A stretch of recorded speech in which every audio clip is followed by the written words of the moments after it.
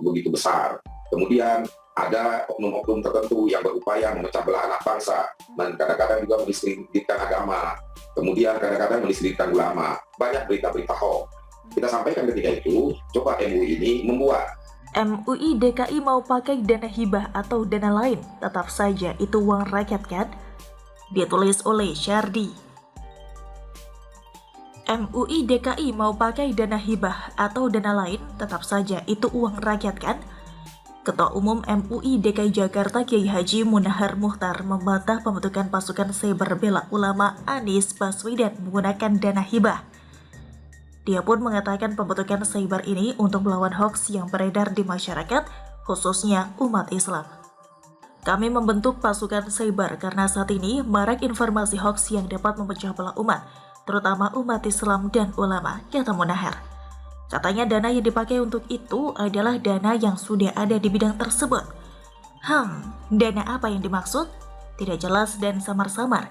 Entah kenapa mirip sekali dengan penjelasan Anies yang suka muter-muter tak jelas. Mau pakai dana apapun yang jelas ada niat untuk membela Anies. Itu poin yang tidak terbantahkan. Poin penting lainnya adalah MUI dapat dana hibah dari uang rakyat kan? Kalau dana hibah dari kantong pribadi atau sumbangan dari orang lain tidak masalah. Uangnya mau diapakan. Tapi kita bicara soal uang rakyat dan dipakai MUI DKI untuk membela satu orang bernama Anies. Ini sama saja menggunakan uang rakyat untuk kepentingan politik kelompok sendiri. Memangnya dari semua uang rakyat itu, semuanya setuju dengan usulan ini? Pasti banyak yang tidak setuju. Artinya MUI DKI melenceng dari pertanggungjawaban. Ngeles model begini hanya akan mengundang semakin banyak kecurigaan. Teka-teki yang hingga kini masih misteri. Apakah MUI sudah cukup transparan dalam keuangan? Mengapa tidak ada audit? MUI bisa lolos dari itu semua sehingga tidak ada yang tahu kalau mereka menggunakan dana hibah untuk apa saja. Coba tanya deh kepada MUI apakah mereka berani diaudit. Biasanya sih bakal tiarap dan ngeles lagi dengan kalimat-kalimat yang menggelikan. Mirip dengan gaya ngelesnya Anies. Inti kesimpulannya adalah pembentukan tim cyber ini pasti butuh dana. Dan dana tersebut dari uang rakyat. Kalau tujuannya untuk menangkal hoax, masih diterima logika meskipun tetap saja kedengaran aneh. Masa MUI urus masalah penangkalan hoax? Ini MUI atau Majelis Cyber Army? Malah terang-terangan ngaku ingin membela Anies dari serangan buzzer. Ibarat sebuah perusahaan yang bergerak di bidang elektronik, tapi fokus urus bidang kesehatan. Nggak nyambung.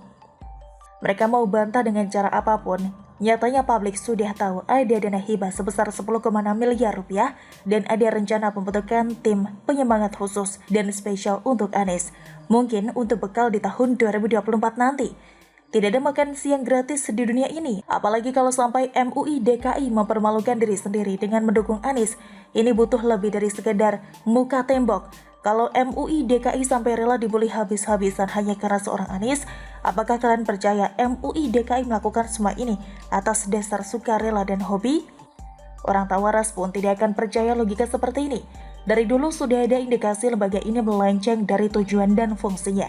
Bahkan jauh-jauh hari saat Gus Dur masih hidup, dia pernah mengatakan lembaga ini bermasalah dan bahkan mengusulkan agar MUI dibubarkan saja. Kita tahu Gus Dur tidak asal ngomong dan ternyata sampai saat ini pun masih relevan.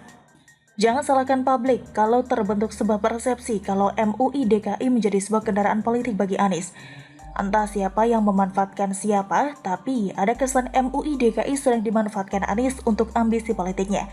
Kata kuncinya tidak ada makan siang gratis, apalagi ini jelas berkaitan dengan politik. Memang politisasi lewat agama itu sangat kencang dilakukan di negara ini. Mudah jualan agama karena banyak yang percaya tanpa berpikir dengan jernih. Kalau MUI DKI hanya menyebut akan membela Anies dari serangan buzzer, pasti akan dikecam lebih parah. Tapi kalau diselingi dengan pembelaan terhadap ulama, maka dampak kecaman tidak terlalu terasa. Lagi-lagi ulama yang diserah sebagai alasan untuk pembelaan terhadap satu orang. Tapi rakyat sudah cerdas. Model politisasi seperti ini sudah sering terjadi dan membuat banyak orang muak. Tinggal tunggu waktunya saja lembaga ini kena batunya sendiri. Bagaimana menurut Anda? Silahkan tulis pendapat Anda di kolom komentar. Terima kasih sudah menyaksikan channel Siward TV.